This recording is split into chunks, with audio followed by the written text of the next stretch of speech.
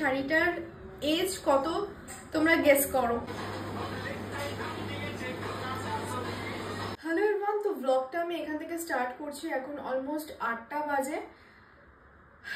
তো এখন আমি ভাবলাম যে একটু রিলস শুট করব, তার জন্যই আমি আজকে ব্যাকগ্রাউন্ডটা একটুখানি তোমাদের ডিফারেন্ট লাগছে। তো এটা হচ্ছে কি আমাদের আরেকটা ঘর, এখানে আমি নর্মালি শুট করি না। তো আজকে ভাবলাম যেহেতু আমি রিলস শুট করব, তো আজকে একটুখানি ব্যাকগ্রাউন্ডটা চেঞ্জ করে শুট করি। তো এখন আমি তোমাদেরকে জাস্ট আমার রিলসের সময় আমি কিভাবে মেকআপ করি আমি সেটাই তোমাদেরকে দেখাবো। আশা করছি ভালো লাগবে। তো চলো আগে আমি মেকআপটা করে নিই, তারপরেই শাড়িটা পরবো। আজকে আমি শাড়ি পরে শ্যুট করব। তো চলো ফার্স্টে আমি মেকআপটা করে নিই, তারপরে শাড়িটা পরছি। আজকে কিন্তু আমি এই শাড়ি আর এই ব্লাউজটাই পরতে চলেছি। তো রেডি হয়ে যাওয়ার আগে মা একটু সুজি করে দিয়েছিল, ওটাই খাচ্ছিলাম আমি, যেহেতু দুপুরে অনেকটা আগে খেয়েছিলাম তাই খিদে পেয়ে গেছিলো। তো তারপরে আমি জুয়েলারিগুলো আগেই পরিনি, তারপরেই ভাবি যে মেকআপটা করব, কারণ কি আজকের লুক আজকের রিলসটা একটু অন্যরকমভাবে শ্যুট করেছি। আমি নর্মালি যেরকমভাবে শ্যুট করে থাকি ওর থেকে একটু ডিফারেন্টভাবে শ্যুট করেছি, তাই জন্যই কিন্তু আগে আমি সব শাড়ি টাড়ি পরে নিয়েছিলাম, জুয়েলারি পরে নিয়েছিলাম, তারপরে মেকআপ করতে বসি। আর আজকের লুকটা কিন্তু আমার বেশ পছন্দ হয়েছে।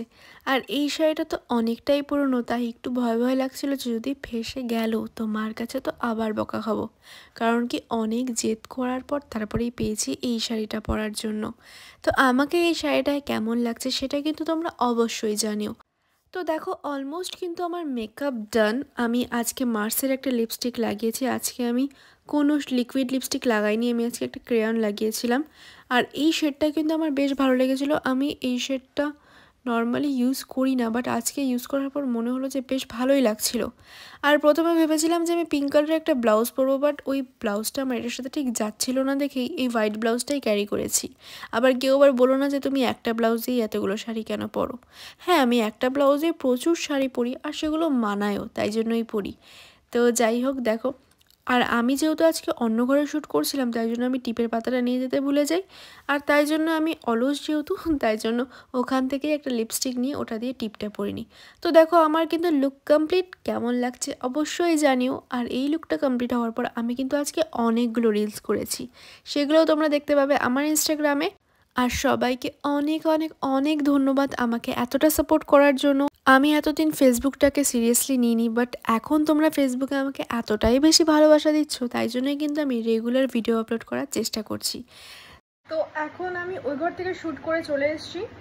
এখন আমার একটা ডান্স ভিডিও করা বাকি আছে, জন্য আমি এই ঘরে আসলাম। এই ঘরে মিররে করবো আমি ডান্স ভিডিওটা, বাট আমার ফোনের চার্জ শেষ হয়ে গেছে।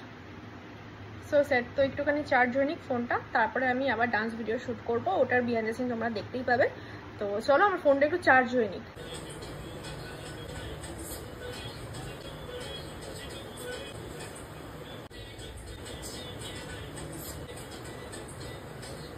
তো আমি আজকে যে শাড়িটা পরেছি এই শাড়িটার এজ কত তোমরা গেস করো, কমেন্টে জানিও। আর এই শাড়িটার এজ আমি তোমাদেরকে নেক্সট ভিডিওতে জানিয়ে দেবো। আগে দেখি তোমরা গেস করতে পারো কিনা। এটা কিন্তু আমার মায়েরই শাড়ি, বাট আমার পিঙ্ক কালারের ব্লাউজ ছিল, বাট ওটার সাথে এই শাড়িটা ঠিক মানাবে না, তার জন্য আমি এই হোয়াইট কালারের ব্লাউজটা দিয়ে ক্যারি করেছি। তো দেখতেই পাচ্ছ ফাইনালি আমার লুক কমপ্লিট। দেখতেই পাচ্ছ আমি একটু সিম্পল একটা মেকআপ করেছি। তো আমাকে কেমন লাগছে অবশ্যই জানিও। ভিডিওটা ভালো লাগে তাহলে কিন্তু লাইক কমেন্ট অ্যান্ড শেয়ার করতে ভুলো না।